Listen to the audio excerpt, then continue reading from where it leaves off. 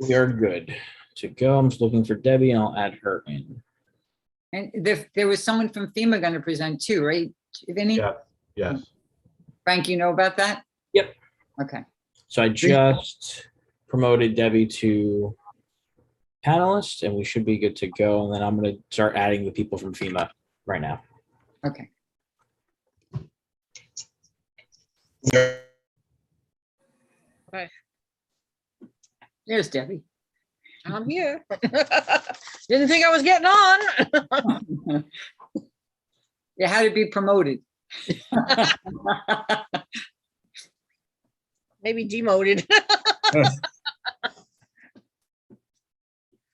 I'll go to the wicked side, Leo. Uh-huh. Come join us. There's lots of fun there. All right, are we live, Frank? Not yet. Yep, we're live. Yep. Okay. We are good. Madam Clerk? Okay, Councilmember Von Rudenberg, Here. Deputy Mayor Canestrino, Here. Councilmember Pataglia, Here. Councilmember Carroll, Here. Mayor LaBrus. Here.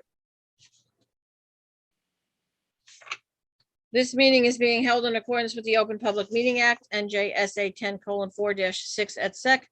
Notice having been published according to law with a copy on file in the city clerk's office and a copy posted on the bulletin board in City Hall. Pursuant to the Open Public Meeting Act and recent regulations issued by the state of New Jersey, the following procedures will be in effect for the public comment during this remote public meeting of the City Council. The public shall have an opportunity for comment during the designated public portion of this meeting. The time period for public comment is limited to 3 minutes for each speaker, and no person may address the council more than once except for speaking during an advertised public hearing for an ordinance. At the time designated for public comment, the mayor or other presiding officer of the council will recognize one speaker at a time. That speaker must identify himself or herself by full name and whether or not he or she resides in Hackensack. No other member of the public is permitted to speak unless recognized by the presiding officer, and the other remote attendees may be muted during that time if necessary to eliminate background noise. Meeting attendees shall exhibit appropriate demeanor during this meeting as required by section 37-15 of the city code. In the event any member of the public becomes disruptive at any time, that individual may be muted by the presiding officer and will receive a warning that continued disruption may result in being prevented from speaking or removed from the meeting entirely. The Zoom meeting platform has a texting function. However, this is to be used only for the purpose of advising the city's IT staff of any technical concerns or issues. The public may also submit written public comments to be audibly read into the record by the city clerk during the public portion of any remote public meeting of the city council. Comments can be submitted by regular mail or by email to asabi@hackensack.org. Comments received less than 5 hours before the start of a meeting may be carried to the next meeting. Any person who actually speaks during the public comment portion of a remote public meeting may not also have a comment read into the record. The city clerk will stop reading a written comment into the public record once it reaches the 3-minute limit. Duplicate written comments may be summarized and noted for the record in a consistent manner. Okay, thank you. Frank, do you have the flag ready? Yes. Would everybody please rise for the flag salute? I pledge allegiance to the flag of the United States of America and to the republic for which it stands, one nation, under God, indivisible, with liberty and justice for all. Thank you. Okay. And with that, we can go right on to the agenda. Take it away, Vinny. All righty. Thank you, Mayor. Couple things, an update regarding the pocket parks that we discussed last meeting. We spoke to the project management team and they have requested proposals from Negley Engineering for the 2 pocket parks because we need that for cost estimates for the grant applications. They did advise that they have been successful with grants for pocket parks and other municipalities, so it should be a good plan for us. Is Albert on? Albert did. I just promoted him to panelist. So Okay. he's joining right now. All right. I am on. I don't know if you can hear me now. I was just made panelist and I will Yes. start video. We can hear Thank you, you. Vinny. Yes, I am on, and I think we should also be having Mike Lamandola from Greater Bergen joining us as well. I don't know, Frank, do you see him on yet? I'm looking for him in the. Yep, I just promoted him as well. All right, very good. So I thank you for having us on. I wanted to just, make the formal announcement through the council that the city of Hackensack was recently awarded a neighborhood preservation program grant through state of New Jersey DCA, and you can read more about what the grant is and the particulars on the DCA website if you just Google neighborhood preservation program. The most concise statement that I can find on it is the neighborhood preservation program directly serves targeted neighborhoods throughout the state and provides money to revitalize areas in decline. An overall comprehensive cooperative approach that includes all sectors of the community and promotes unified effort has proven to be a successful strategy. The grant is in the amount, and Mike will correct me if I'm wrong, $100,000 annually for 5 years, assuming that we perform to the grant expectations. If I can, what I'd like to do is just share screen just to show people the map area. Is that something? Yeah, I see that now. Frank, am I able to share screen briefly just to bring up the map? Yep, you have the ability to. Okay, so let me just do this. And then with this, I'm assuming everybody can see this now. Let me know if not. Can you Yep. see it? Okay. Mike, can you correct anything that I may have misstated and just dig a little bit deeper into what the grant is and what we can expect over the next several weeks and months as we move forward with implementation? Absolutely. Thanks, Albert. And excuse me, I wanted to formally introduce you, Mike Lamandola, Greater Bergen Community Action. Mike was very instrumental in helping us secure the grant, and we applied for the grant at the suggestion of Greater Bergen. So I'd be remiss if I didn't mention that. I apologize, Mike. Thank you. No, thank you. Thank you, Albert. And thank you, everybody, for having me tonight. Again, my name is Mike Lamandola, and I am the Director of New Program Development at Greater Bergen Community Action, and I am an MPP coordinator in the city of Garfield. You guys are joining 20 other municipalities that have previously been funded for this program and 20 new expanded municipalities that are being funded under this program. So a pool of 40 are now in the MPP program, and they're for targeted neighborhoods throughout those communities. There are only 2 Bergen County communities now awarded within and part of the MPP program. We've been working with the city of Garfield since the MPP program came back online in 2019. It was dormant for 10 years. It's a approximately 40-year-old program that was very successful, but killed in the 2010 election and defunded. And then it was brought back through, a new infusion of Main Street programs throughout the state of New Jersey. So I'll give you a little history about what we do at Greater Bergen as far as the administration of Garfield's grant and what $125,000, which seems very minute, for a year's worth of work and revitalization efforts can do.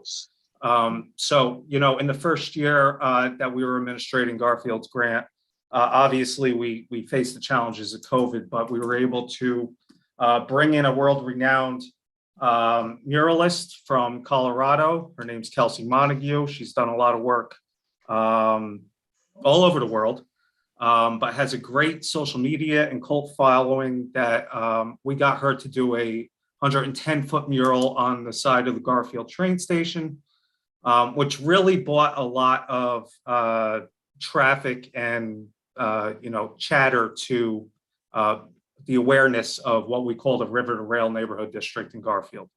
On top of that, we had purchased 45 planters and done a spring planting and a summer planting on Passaic Street, the main walkable business district within the downtown. We established a clean team, which is out there 20 hours a week, maintaining those planters, power washing, doing litter pickup, helping with, some of the zoning, ordinance violations that are happening, and really working with business owners to help them with small needs on their buildings. We did a commercial improvement grant, which infused $5,000 into 2 new facade improvements that actually brought new businesses into the walkable district. But when I talk about MPP, it really opens you up to so much more, because during COVID, there was a dedicated pool just for MPP communities, for relief for the business districts that were so struggling during this time. So we obtained $230,000 additional dollars and use that money to give relief to 17 downtown businesses, not only the form of rent and utility payments, but to really pivot and help them make their businesses more accustomed to doing, business in the new way of life. So new outdoor furniture, new touchless POS systems, PPE up and down the street. So that's a quick summation of what we were able to do in just 1 year with $125,000. And when the expansion was announced, we knew that Hackensack was probably going to be our next partner, because we have partnered with the city so successfully in the past. But a neighborhood that came right to mind was one in which our organization's headquarters exist in. It is reminiscent of what we did in Garfield, in that there's a historic transit station on one side, there's a river to the other side, and a gateway into what's becoming a very revitalized and redeveloped area, but also a historic district in itself, where we want to kind of give a balance to that new redevelopment and the historic qualities that exist in the Anderson Street Historic District is what we're calling it now. So, a timeline of where we go from here is essentially, we're going to create a 5-year blueprint for the next 5 years of funding. You will be guaranteed funding unless an administration comes in and says MPP is going to be shut down. $125,000 a year, plus any of those bonuses that I talked about that go to the MPP community specifically. And I hear there are some capital monies through COVID that are coming up. So we will create that blueprint, but it's going to be through community engagement. All right. So this is a community-based plan. We're gonna disseminate a survey, community engagement survey, do some community meetings, and then create a stakeholder team, some local business people, nonprofits, houses of worship, members from the community for the community, to create this 5-year blueprint. And every year we will have implementation items where we, in that next 12 months, need to get that stuff built, tangible improvements within the district with that $125,000 per year. It is always something where we could pivot, knowing what the economic climate is, knowing what our capabilities are. If there are projects that need further planning, we might put that in a year 3 or 4. But we really want to get out of the gates running. So year 1 is something that we really want to get some tangible projects that are doable out there. Already Albert and I had talked about, pocket parks in some areas that are eligible, really revitalizing the commercial storefronts and helping the business owners to get some more uniform design within there, but also preserving the historic characteristics, some of the buildings down there that we'll never get back if they're plowed over. So, Mike, I think that was again a very concise description and of where we were, where we are, and where we hope to be. I'm looking forward to this partnership with you and everybody at Greater Bergen and assembling a team.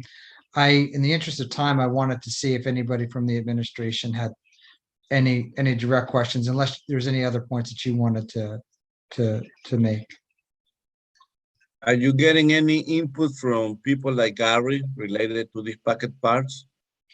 Gary Terzano is not somebody we've engaged with yet, but we know that Gary, being on the environmental committee, is somebody who we would definitely want to have a conversation with to see within the area what makes sense in terms of a pocket park. One of the areas that we looked at, Mike and I, when we did our initial walkthrough, was this portion over here along Maple. I don't know if you can see where I'm moving my cursor, but there's a portion of a street that should probably be vacated at some point. It dead ends at the railroad tracks, similar to what we did at Poplar near Target, but there are probably other opportunities here for pocket park as well. But Councilman, that's a point well taken, and we'll make it a point to reach out. Yeah, because to he Gary. and the rest of his group, the way they come with the idea of the pocket parks, and they made a presentation to us about a few months ago, and look like a good idea. And thank you for what you are doing. Thank you, sir. Yeah, no, hey, it's Mayor LaBrosse. No, I love the idea. Anderson Street, it definitely has its historical qualities, and trying to keep that, knowing that we have development going on that right on the corner of Anderson and Maine, and then the other project, which is already planned on going up down by Rudy's and our property down there. So to keep the balance and and the integrity of the neighborhood, I think is important. Very good. That's what we aim to do. I appreciate the council's time. Any other questions before we sign off? We will keep the council and the manager's office informed every step of the way. We need to provide fairly regular reports to DCA, so I assume we'll copy the manager's office on those reports as well. And we really look forward to getting started. This is, I think we're going to make these dollars go a long way. So thanks for the continued support, and any other feedback, please let us know. All right. Thank you, Albert. Thank you, Mayor. Vinny, thanks so much for the time today. No problem. Thanks, everyone. Have a good night. Thanks, Mike. All right, Mayor, moving along, there was a change. We're making a change to the resident parking ordinance. Ordinance number 170-71, where you're adding to section 1, subsection B1, for an application, the New Jersey driver's license and the New Jersey vehicle registration must match the address for which the resident only on-street parking permit is sought, except for permits issued to college students as set forth in 4 below, which that describes. This was not contained in the ordinance prior, and we ran into some issues with resident parking where people were trying to get stickers for vehicles registered at other addresses and or out of state. So this will correct that problem. Next, last week, myself, Deputy Mayor Canestrino, and a bunch of department heads met with FEMA. They sent a person down to speak to us about what was available for our residents that have suffered some losses. We requested that they have some of their staff come to our meeting tonight and speak to that. And we have 1, 2, 3, 4, 5 different persons that I've been told that are here and willing to speak. The one thing that I do have to say before I turn this over to FEMA and their representatives, they will not be taking any questions from anybody. They will just be offering their input and resources to help our residents, but they will not be able to take any questions regarding any personal matters or personal issues with ongoing claims with FEMA. The first person I'm going to ask to speak is from External Affairs at FEMA. That's Mr. Stuart Anderson. If you could introduce your staff and go ahead with your presentation.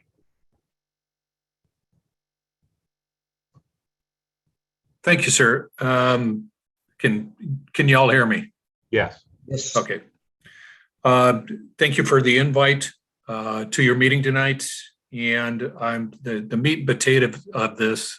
My job is the liaison with intergovernmental affairs and to liaison with local elected officials. But the meat and potatoes, if you will, of FEMA, the other folks that are on, we'll have Steve Laurie with FEMA mitigation, Brian Miller with individual assistance, and Jack Camp with the Small Business Administration. And we'll just get right to it. And I'm going to go ahead and have Brian Miller with individual assistance go ahead and present. Thank you.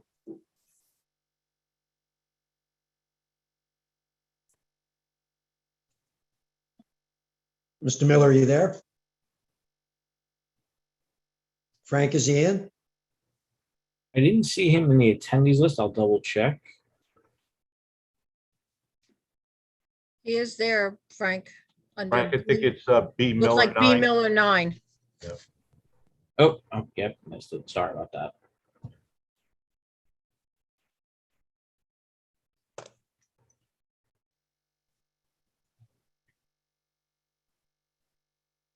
He's rejoining right now as panelist.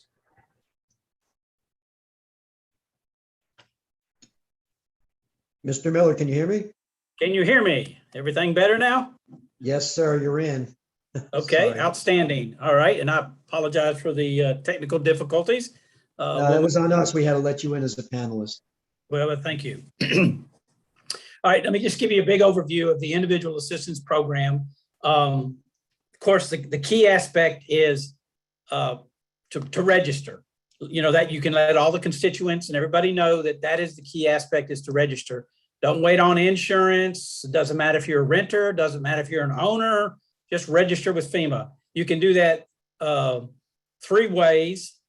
Of course, I have to admit, I may be old school. I prefer to talk to somebody. So dialing the FEMA 800 number, 1-800-621-3362 is the best way that I think is the best way. We're answering the phones pretty quickly. So there's no hour, there's over 45, not even a 20-minute, there's not even a 5-minute delay. I mean, the report this morning indicated that the phone calls were being answered within seconds. So that's the best thing to do, is 1-800-621-3362. Now, those that are maybe more tech savvy, they can go to the disasterassistance.gov. That's disasterassistance.gov. And from there, it'll prompt you to see if you want to, you know, if you want to register or if you want to research your case, things along that nature. And you can do that from a computer, from any smart device, cell phone, tablet, whatever.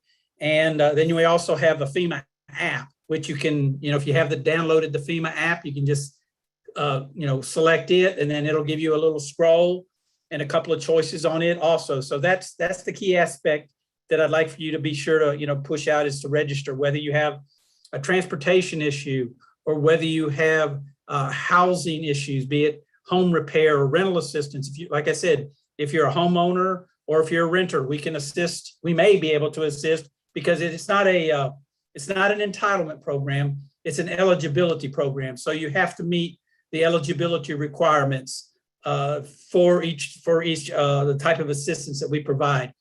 On our homeowner side, we have, on our housing repair side, we have home ownership, and we can do a replacement, or we can do home repair and then rental assistance. That's underneath the housing assistance side. And then we have the other side, which is the other need assistance. But we're in a partnership with SBA, which Jack will talk about here in a little bit. But our partnership is very strong, and we work together towards helping survivors. So when someone registers, we do an automatic verification, and based upon certain information, we can move forward for the other needs program. And on other cases, we direct them towards contacting the SBA, the Small Business Administration. Now, the other needs assistance program can assist with personal property, transportation. So if a car was flooded out or something like that, we may be able to assist with something like that. Medical, dental, So if glasses got flooded, dentures, hearing aids, any kind of medical got hit in the head with a 2x4, any medical that is related to the disaster, we can assist with medical, dental, or funeral assistance or childcare. Those are all things that we can assist under the other needs assistance program. So you can see it's a very broad program that can assist in a lot of different aspects. Now, that being said, I want to be sure that we don't have a misinterpretation of what FEMA assistance is. FEMA assistance is a essential needs program. It is not an insurance company. It doesn't have the same vested interest into your dwelling as the bank, as your insurance, or anything like that. It's got an interest in making sure that you have a safe, sanitary, and functional place to stay. In other words, if you're have a 4-bedroom home, but it's just a couple that lives in the 4-bedroom home and they sleep in the same bedroom and they have a good bathroom and a good kitchen, those are the aspects of things that we want to look at. If the other bedrooms are messed up, you have one good bedroom that you can stay in. So like I said, it's a very basic and a very essential, and it's more interested in the individual having a safe sanitary place versus your dwelling being 100% made in whole for the value of your home. I know we're on a tight schedule, so that'll conclude my little briefing. Thank you. Thank you, Mr. Miller. Okay, who was Thank on you. deck? All right, on deck, we'll go ahead and since part of that FEMA registration process is getting into the possible referral to the Small Business Administration, so I'll have Jack Camp present next. Thank you. Thank you.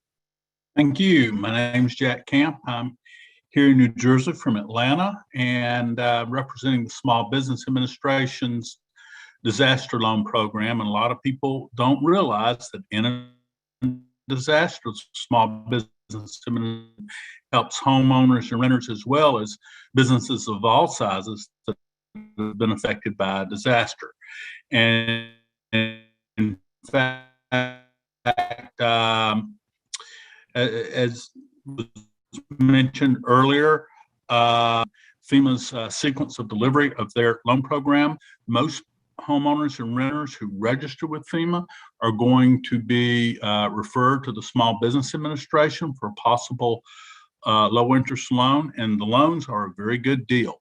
The interest rates for homeowners is as low as 1.563%, and we can make the loans for up to 30 years. So, it's a good source of funding to repair your home and replace your personal property that's damaged in a disaster. We can loan homeowners up to $200,000 for damages to their real estate, up to $40,000 for damages to their personal property. Our goal is to pay up to 100% of your uninsured losses. So unlike possible within our lending limits, try to make you financing for homeowners and renters who have been affected by the flooding from the remnants of Hurricane Ida. If they may have additional grants for you, but if you're referred to SBA and you don't. Mr. Camp, we're losing you.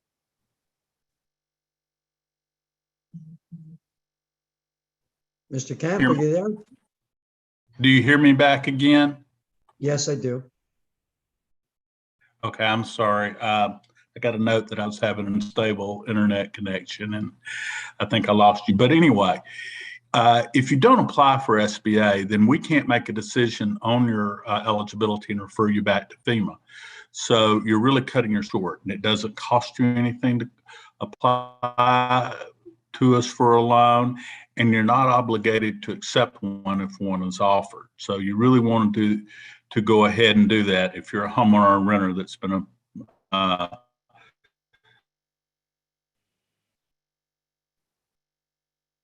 Yeah, we lost you again, Mr. Kemp. I'm sorry. I'm sorry. All right, you're back. Okay, good. We also offer loans for up to $2 million for businesses that have been affected by a disaster.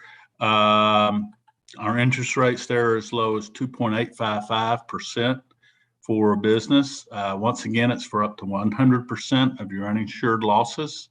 So, that is very important. It's easy to apply to SBA. As I said earlier, the first step is to register with FEMA.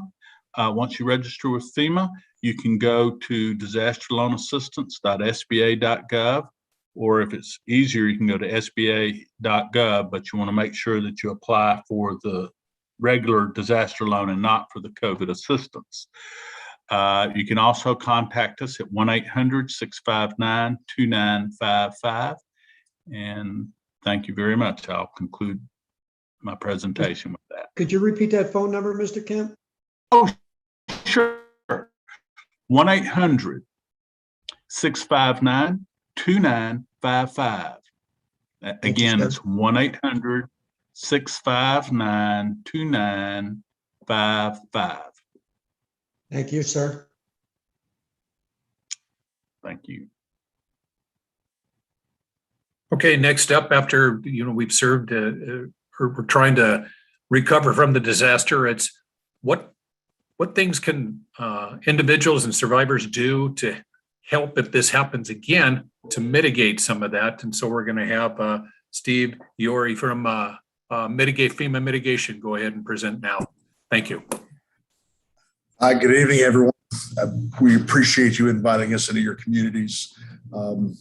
We're really here to help you. The state have gathered a nice team of headquarter and regional personnel, and they're ready to really assist in the recovery process. And not only are we going to, assist, but hopefully pass on some good mitigation ideas that can help you eliminate or at least alleviate some of the burden the next time around. Because unfortunately, these things keep happening. And if we don't prepare ourselves, it's we're all back in the same boat again. But the different options out there for the individual, let me share my screen here. We have some options. Let's see here. And I could go down line by line, but you've heard them all before. Anything you can do to improve or eliminate, which is tough to do as far as eliminate, but at least mitigate your future losses. Every dime spent is going to come back to you tenfold. And the importance of insurance, that's one of my other caveats is it's real important to convince people that insurance is the only way you're going to fully recover. FEMA comes with enough funds to get the project started, but then as far as the long-term aspect, we fall short. Unfortunately, there's never enough money. But and that's a tough sell to convince people, even though you're not in a flood zone, and your guys are savvy of that with the amount of rainfall that occurred up here. So, with that said, the city community side, the programs that are available through the 406 programs. I don't want to get into the individually numbers, but there's 4, 5, 6 good programs that can help the community come back and mitigate future losses. So we're here to help. There's a bunch of us, and we'd love to work with you. And I'll put my email address up there. If I can communicate or contact anybody or assist in any way, you let us know. We'll put you in the right direction. All right, we appreciate it. My pleasure. Thank you.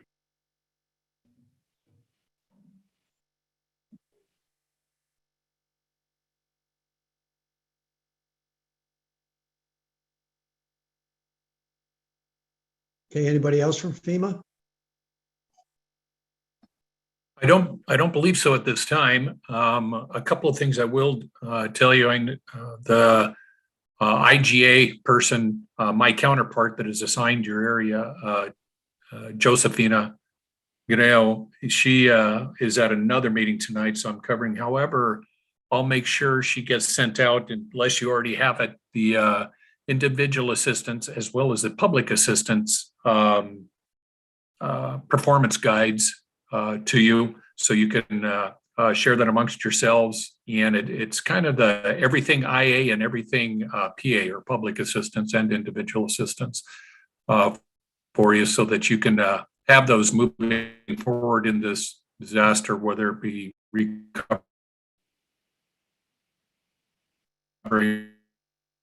from the or the public assistance side. And I just want to thank you again for inviting us to come in and go ahead and present the different programs and some information on those programs to all of you, barring any questions. Thank you. No, I thank you for your time, and I thank you for the presentation. It's helpful. Hopefully some of the residents that are on watching can take advantage of it. Okay, Mayor. Okay. Clear to move on, Mayor? Yes. Okay. Last thing I have for the cow is the CSO, combined sewer operations and stormwater update. So I'll turn it over to Susan. Okay, Susan, you're up. Hi, good evening. Thank you, City Manager, Mayor, and Council, for this time to give an update about our sewer improvements. I'm just going to share my screen.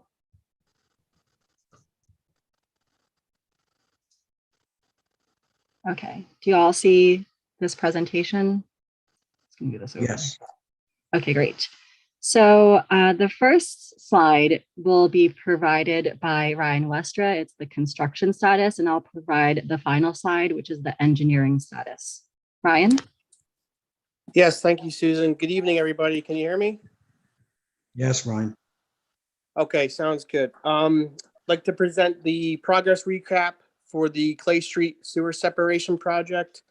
To date, 1,670 lineal feet of stormwater infrastructure has been installed since the start of the project. Substantial completion is still on track to be expected by April of 2022.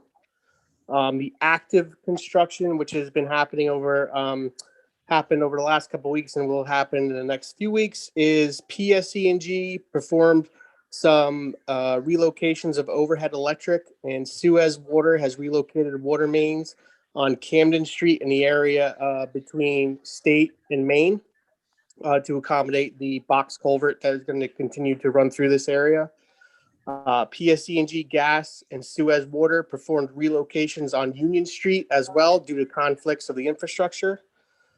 Our city contractor is currently installing sanitary sewer improvements on Clay Street. The contractor is also scheduled to start the heavy cleaning, inspection, and structural repairs and relining of the existing sewer throughout the project limits. That's going to continue this month. And the 1,600 lineal feet of box culvert is in production and is anticipated for delivery to be on site the end of this month, October. Thank you. I'll turn it back over to Susan. Thank you, Ryan. So I'm speaking about the engineer's design as well as approvals that are in process. Contract 2, shown here, is currently approved by the DEP Land Use Department, also approved by the Office of Equal Opportunity and Public Contract Assistance. We're still waiting for the NJDEP authorization to advertise, as well as the easement acquisition. Contract 3, which is highlighted here in green, has been approved by the NJDEP Land Use as well, currently under review by the New Jersey Transit for occupancy permits. The design engineer is 90% complete with the design, and we are currently reviewing that version of the design, and will review again once it's 100% complete.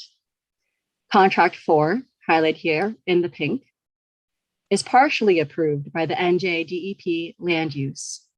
The design engineer is approaching 60% completion of the design, and once it's ready for review, we'll be able to take a look at the design. Also, it's worth noting, the hospital has, or the city has obtained financial commitment and 15 sections of box culverts from the hospital in lieu of construction. The box culverts will be installed under the Clay Street Sewer Separation Project. A resolution amending the HUMC's RDA is on the agenda for this evening. That concludes our presentation. If you have any questions, please let us know. Thank you for your time. Thank you. Council, any questions?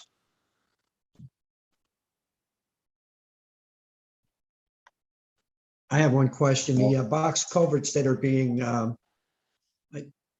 guess they're going to be taken over by us for storage. Are we all set to move forward with that? I believe Steve Kleiman, the city attorney, has worked that out. I defer to him as to the status.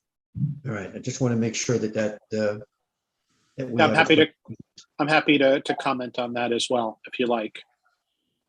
Sure. I don't know if I can be seen or not. I don't think it's necessary because I know the screen is up. But so with respect to the box culverts that we're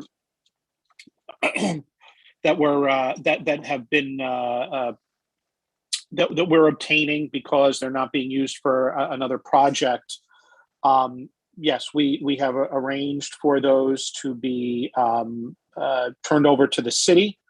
We've arranged that they will be safely stored through through May of next year if need be. And upon 2 weeks' notice, once the city is ready to use those box culverts, they will be delivered to the city's preferred location, and they can be used. So it looks like we're in good shape to use those box culverts when the city is ready to do that, which, as I said, hopefully will be before we have any storage issues, which is through May of next year. Okay. Susan? John, if I may add, this is Kathy. I think this is a wonderful example, again, of the public-private partnership that the city has with the medical center. And, for folks that are listening, that are interested in what's happening in that area, this is part of the final solution, but isn't the entire final solution, but is something that may be able to be accomplished before the final solution is here next year. And what this will do is that right now the engineering community is working on the placement of these culverts and where they will go for optimal performance. So basically what we're looking at is storing water when we have significant rainfall. And that water, rather than backing all the way up into the areas and flooding, at least this will be a mechanism to retain some of that water and then slowly release it, into the flow down towards the river. When the final solution is accomplished, of course, we hope to see a tremendous improvement. But this is like another thing that we're doing to try and help the situation in the short term. So hopefully, engineers can sharpen their pencils and get these plans in place as quickly as possible to help alleviate some of those issues. Thanks. Thanks, Kathy. Any other questions from the council? Okay, Vin? Mayor, that's all I have. All right, I need a motion to open to the public, please. Offer. Second. Roll call? Aye. Roll call? Oh, Deb, you're muted. My mouse wouldn't cooperate. I could I'm read your sorry. mouth, though. Councilmember Von Rudenberg, Aye. Deputy Mayor Canestrino, Aye. Councilmember Pataglia, Aye. Councilmember Carroll, Aye. Mayor LaBrus. Aye. Anybody from the public who would like to speak, please give your name to the clerk. You will have 3 minutes. Okay, so we have a couple of hands raised. First up is Gary Terzano. Okay. How are you, Gary? Okay. First thing I'd like to say is thank you very much for starting the project for the 2 pocket parks that the Environmental Commission has proposed. I ask that as far as American Legion Drive, has anybody contacted the railroad, the New Jersey, Susquehanna, and Western, that they're still on board with letting us use their property? This is going on for a couple of years. I know one of the members, Louis DeCepola on the HEC, contacted him, had an actual email from an official within their company, and I think Albert Dibb contacted him as well over the last couple of years. I'm not quite sure if I'm correct in saying that. But in any event, I think it would be great to get on board with them to make sure they're still, receptive to our idea. I mean, we do clean their property, we do cut their grass up on American Legion. So I think it would be beneficial to have the park, and we can continue to provide those services in a great partnership. Secondly, I just want to thank City Manager's Office and the council, and in particular, Councilman Battaglia, for addressing some of the issues that we have with the speeding on Fairmount Avenue where I reside. I noticed this past week, the traffic department has painted stencil information in the street for slow down, 25 mile per hour, slow down, school zone. I think they're trying to adjust the 2 digital signs that are located on our street. I think things are starting to slow down somewhat as far as the speeders. Unfortunately, we still have vehicles over 4 tons coming down our street. A lot of it is Suez, who likes to use the shortcut to get from Summit, bypass some traffic lights and get to their yard on Temple Avenue. I get it, but they have a caravan that rides down almost every night, being backhoes, heavy dump trucks, and other types of equipment. So I think they would have to be notified that it wouldn't be good to keep coming down our street, especially with the school at the end of the block, Fairmount School. That's all I really have to say, but thanks again for all your assistance, and hopefully we move forward, keep the pocket parks going. Thanks. Thank you, Gary. Benny, can you give Suez a call about that and make sure they stop using the residential streets to cut through? Absolutely, Mayor. Thanks. Okay, so next up, we have Tanya James.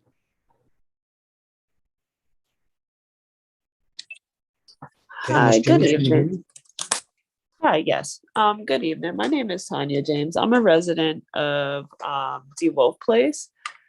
And for a long time now, it's been years, there's just a major issue with parking on our block due to the fact that we're right around the corner from Prospect Ave. There's a lot of these large buildings, and what happens is a lot of these residents from these buildings are coming on our block and parking for days. And a lot of times when we have alternate side parking for street sweeping, and a lot of our residents lose out on our parking, and what happens is we're getting ticketed, which is becoming a major issue. Somebody just this morning, a few of my neighbors just this morning got ticketed, and this happened constantly. And we're trying to resolve the situation by possibly getting permit parking to resolve this issue at this point, because we're paying taxes, and I don't see why we should have to be getting ticketed because of inadequate parking on our block. Right, what we can do is the city manager can have traffic over there. We'll do a quick traffic study. We can check on, it takes a little time because we have to check on the cars that are parking there to see where they're actually registered to.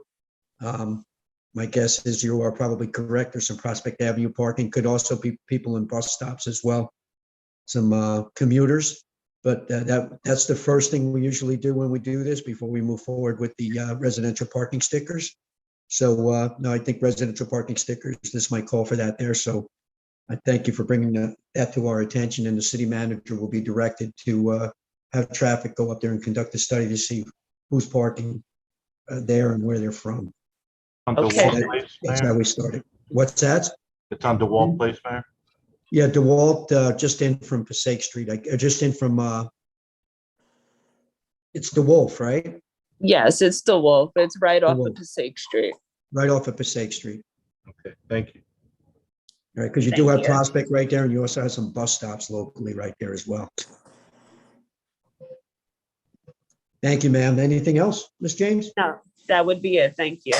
Thank you. So give us some time. We'll get traffic over there. Usually it's going to be, give us a couple weeks to get some information so we can move forward. All right? Thank you. Okay. Next person, please. Next up is Carolyn Davis. Good evening. Can you hear me? Yes, ma'am. Okay, good evening to everyone.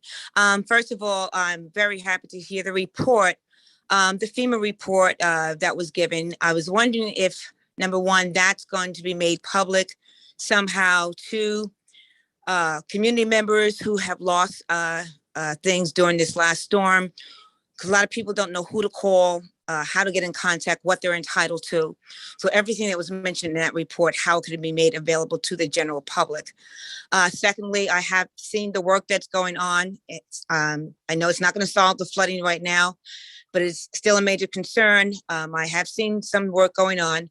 I'm glad to hear of the progress. And again, that's something else I'd like to know, if we could get in some type of report from Susan or whatever, so we can explain it to the community in terms they understand about the separation and what areas are being worked on as far as that's concerned.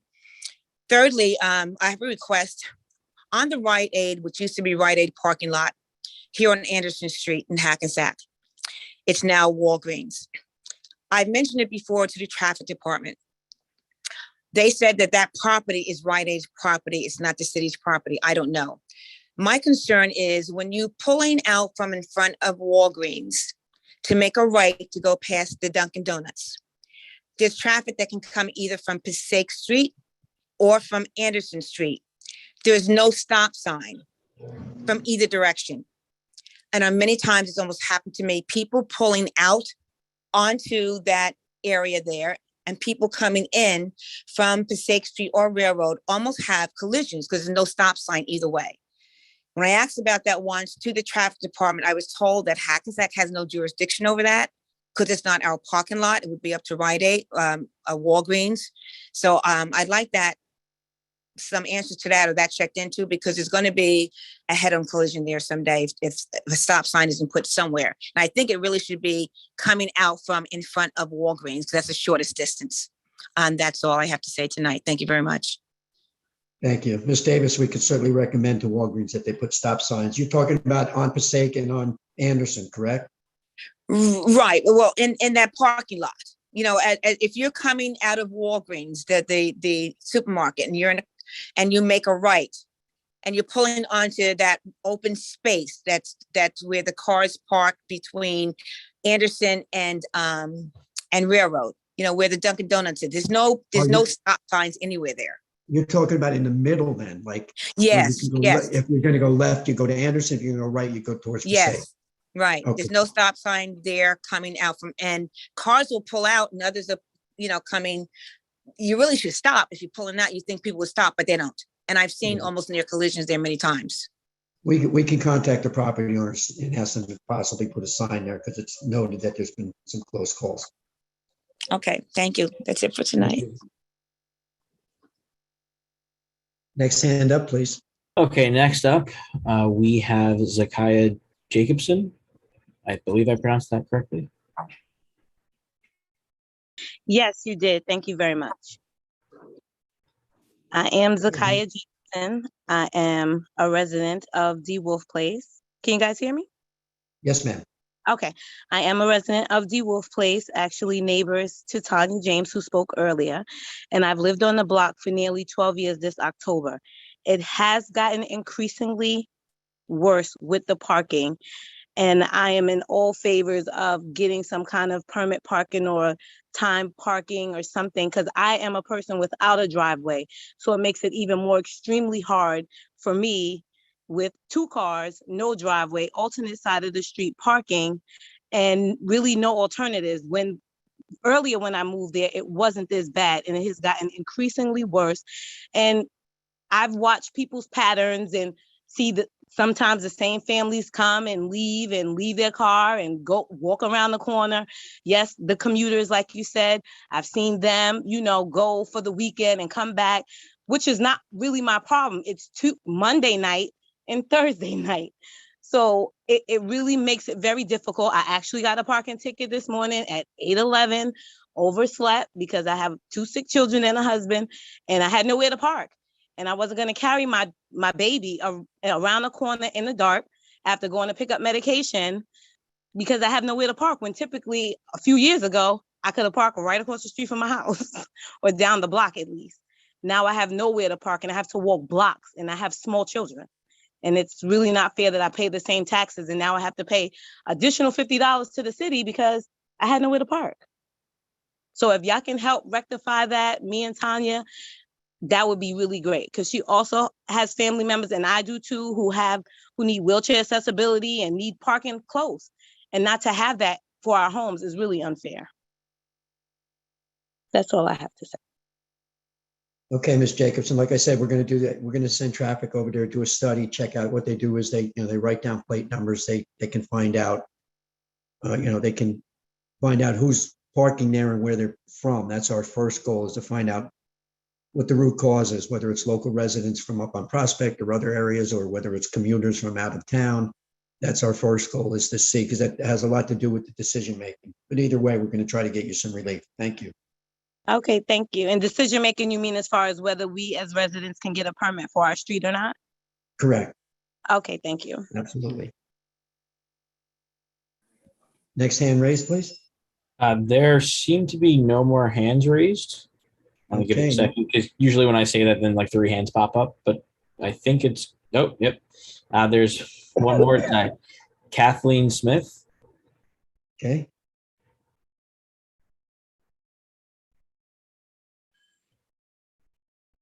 Ms. Smith, can you hear me? Hello, can you hear me? Yes. Oh, it's Mr. Smith. Okay. How are you, sir? Okay, thank you, Mayor. I'd like to start off tonight my comments by thanking members of the Hackensack City government concerning traffic safety issues, notably Captain DeWitt of the Police Department, the City Manager's Office, and Lieutenant Natal of the Traffic Department. I'm going to concentrate on my conversation with Captain DeWitt because I won't have time to go through all of the conversations I subsequently had with the others. I mentioned to Captain DeWitt several issues concerning traffic safety, including the lack of designated crosswalks on many streets, a melange of speed limits throughout Hackensack, anywhere from 25 to 40 miles an hour, and the issue of the intersection at Prospect and Passaic Street, where we have a merge point on the north side of Passaic for northbound traffic. I mentioned to him that our advisory board had suggested a couple of years ago that a left turn lane be installed on the inside lane of northbound traffic on Prospect, and the right curb lane be made a straight through lane and right turn lane, which would eliminate the merge point. His reply was that we would have to change the signal at that juncture to include a left turn green arrow. I subsequently did some investigating and found that at that intersection, Prospect and Passaic, that Passaic Street has 2 designated left turn lanes for east and westbound traffic and no green arrows. The intersection of Summit Avenue at Spring Valley Avenue has left turn lanes for north and southbound traffic, no green arrows. Summit Avenue at Central has left turn lanes for north and southbound traffic, no green arrows. Summit Avenue at Essex Street, both streets have designated left turn lanes with green arrows, as does Prospect Avenue at Essex Street with green arrows. So obviously, green arrows are not mandated or required, because if they were, they would be at all intersections. That being said, would it be better to have a green arrow in conjunction with a dedicated left turn lane? Absolutely, but they're not mandated. Therefore, the city of Hackensack really cannot use the necessity of having a green arrow as an excuse for not taking care of the situation that we have at Prospect and Passaic. Now, I'm sure you know that recently Passaic has major work done on it, cutting back of curb lines to make right turns easier for traffic. Also, the resurfacing of Passaic Street. Currently, we are undergoing a relining of Passaic Avenue with center lines and also dedicated left turn lanes at Prospect and Passaic. This would be the perfect opportunity while that process is being done for us to install a dedicated left turn lane on Prospect Avenue and making the right lane a straight through and right turn lane, as long as the equipment is going to be there. The last thing I would like to ask you is this. About 6 months ago, before Mr. Ehrenberg, of blessed memory's untimely passing, he said that the project to install crosswalks on Prospect Avenue had been approved. 3 months ago, at the council meeting, which was held at the City Hall, I asked in regard to that issue whether or not there was a timeline. And at that time, the acting city manager said it would be done in the fall. Well, currently we are in the fall now, and I'm wondering if we have a definite date for this project to be started. Okay, Mr. Smith, I'll defer to the city manager on that. He will get back to you.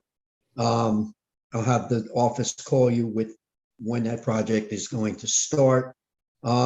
My only concern with your reasoning on the left turn arrows requirement, those other lights have been there for years. I don't know whether the traffic codes for the state of New Jersey has changed requiring them or not. And that might be the answer. Actually, Mr. Caruso, who is also past police chief, might know that, but that could be one of the reasons why our Officer DeWitt said that, Captain DeWitt said that, but we will look into it and see. Thank you. Thank you for your time. Thanks. Next hand raised, please.